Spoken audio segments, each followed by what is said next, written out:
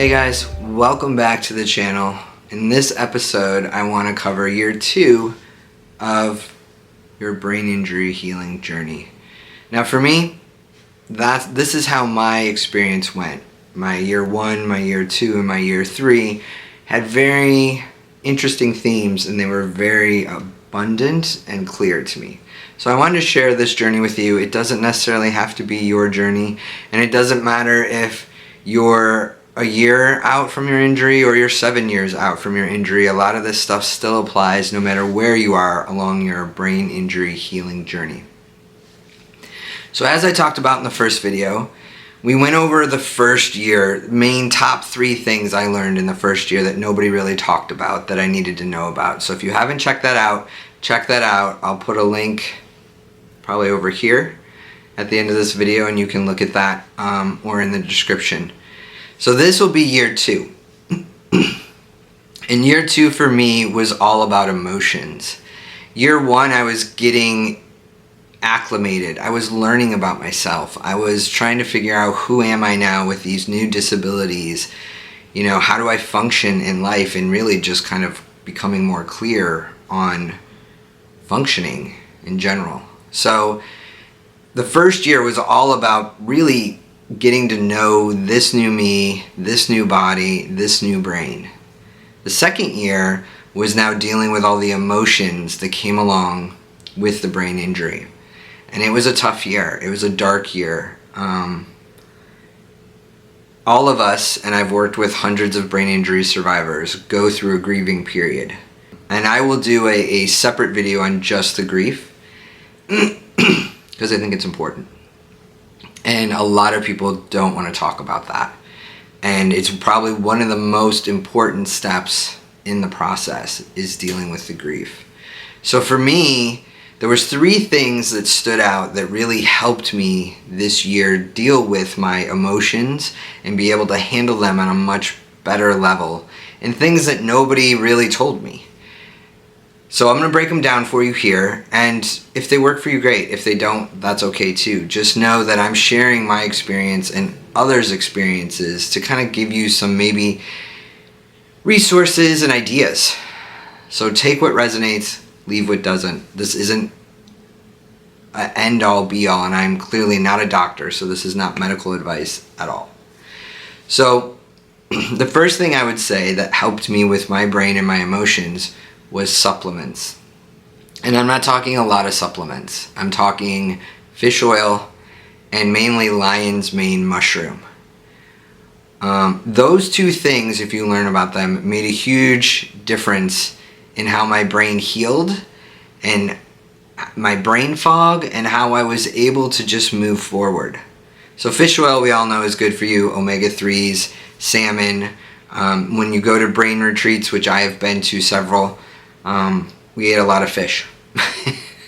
And we ate a lot of brain healthy food. And one of my dearest friends was the chef and nutritionist at the brain retreats, and she even now has her own brain injury cookbook that she's putting together with her cousin, who's also a brain injury survivor, and it will be available soon. So she's a big advocate, and I'm actually going to try to bring her onto the channel and do a little video with her on supplements, herbs, and food, and how it can really help your body heal and nourish. So I would say those 2 things, and she was the one who turned me on to lion's mane mushroom. I took it in a tincture, but you can take it in a capsule, and most health food stores will carry it. But again, consult with your doctor, your caregiver. You know, make sure that it's something that you feel safe and is not interacting with any drugs. It really shouldn't. It didn't for me, but again, advocate for yourself. So make sure that it's something you can take. It helped my brain really heal in ways I was surprised, quite honestly. So lion's mane mushroom, big advocate for that. I would look into that. Which leads me into my second subject and topic that I think nobody really puts enough emphasis on after a brain injury, and that's nutrition. What you're eating affects your brain. Sugar, big example, and I love sugar, meaning I love chocolate, I love sweets, but that can really inflame the brain. It can aggravate the situation. more than you want it to be. And so the gut-brain continuum is a big thing that you need to consider when you're dealing with your emotions. I would also eat stuff and see and actually be mindful and pay attention to, how did this food trigger any emotions? Did I get anxiety? Did I get more aggressive? Like, did I get irritated? Does it make me feel blah? Did I feel worse after eating it? Did I feel better after eating it? Did my brain injury fog lift? All those things I would pay attention to, because when you go out and you learn about the gut-brain health and how it affects your emotions, you realize that what you eat is super important in helping your body not only heal, but helping you have good emotional balance. So I would say look into your nutrition, look into your diet, make sure that that's a part of your healing and self-care that you're doing on this journey. And the third and final thing I would talk about is getting some type of therapy or counselor. I know it can be tough. It was difficult for me to find one. But when I did, it changed everything that happened for me. She had also had a stroke. So she knew, and I didn't know that when I went in to see her. But she had also had a stroke, and so that helped us right away. And I did EMDR therapy. So I did something that isn't traditional. I didn't even really know what EMDR therapy was. She just happened to do it and introduced me to it, and it was really beneficial for me. So I would suggest looking into therapy. If you can't get therapy, if you can't afford it, then there are alternative holistic approaches that you can use, like a hypnotherapist that would do almost the same thing and help you process these emotions that are super heavy. I mean, I was in a very dark place at one point. I thought, I'm never going to get through this. I'm never going to get beyond this brain injury. And I knew everything to do to pull yourself out, positive thoughts and affirmations and meditations and walking and talking to a friend. I knew it all, and none of it was going to work. I didn't care. I didn't want to do any of that. I wanted to know, how do I keep from drowning? Because that's what I felt like. I felt like I was treading water and I was going to drown. And I needed somebody to guide me through this darkness and help me figure out how to get through this, because I didn't want to be there anymore. And she did.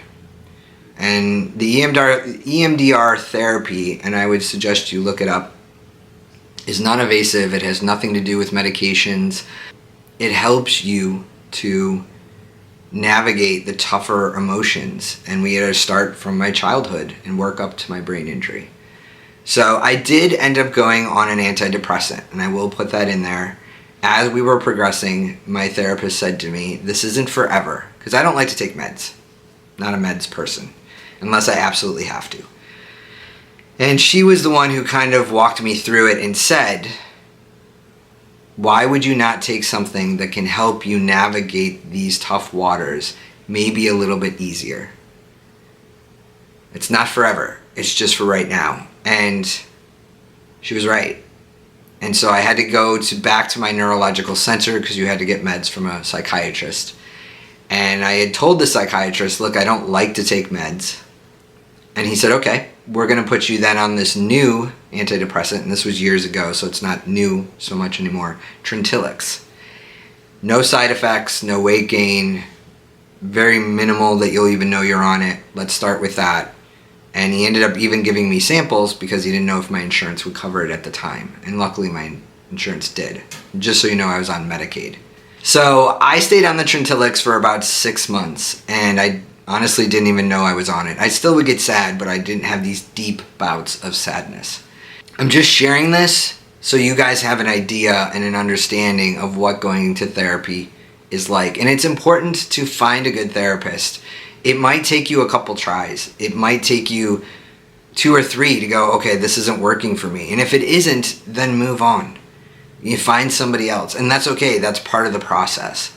A lot of therapists also do have a sliding scale, so if your insurance doesn't cover it, or they will even have a couple free spots that they do take on clients for the year or not. It can be tough to find, but don't give up. It's out there and you can find it. So those are the 3 things I would say in year 2 are the biggest things to help you focus and deal with the emotions of TBI. Are they going to take it all away? Are they going to fix it? No. These things are just tools for you to use to help you along this journey that you're trying to now navigate. They're not going to fix everything. Your attitude, your willingness is going to play a big part in how well you heal and how fast you go through this process. And let's say I wouldn't rush it. There's no time frame.